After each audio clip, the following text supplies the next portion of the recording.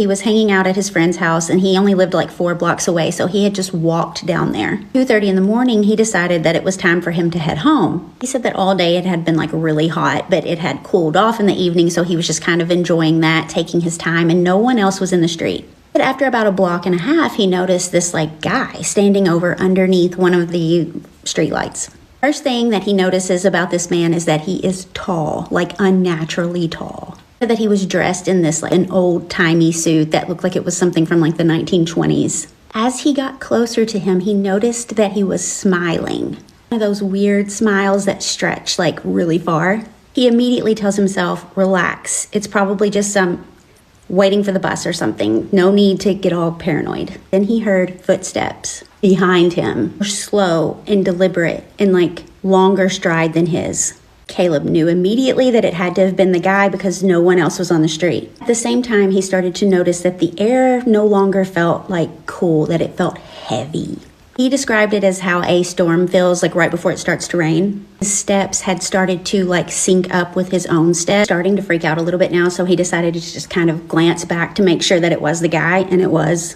Full-on sprints to this point to get back to his apartment. He can still hear the guy walking behind him, just like slow, deliberate steps, like he was in no hurry. He turned the corner, he could see his apartment, so he's booking it now at this point, right? Trying to get his keys out, like fumbling. He finally gets in, runs up to his apartment, opens his apartment door, gets in and like slams the door and just kind of like stands there for a second. That's when he hears on his window.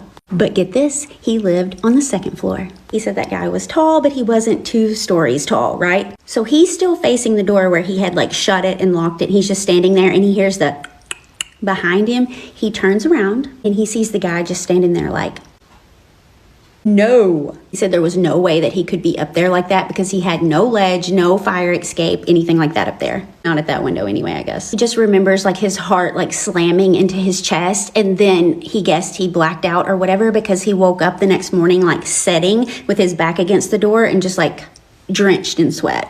He tries to laugh it off. He's like, oh my God, like I must have made that up. That must have been like a bad dream or something, until he walks over to the window.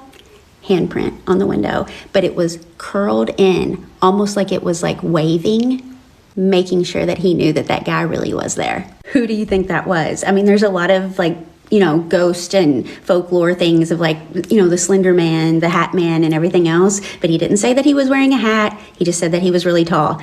Who do you think it was? Let me know in the comments.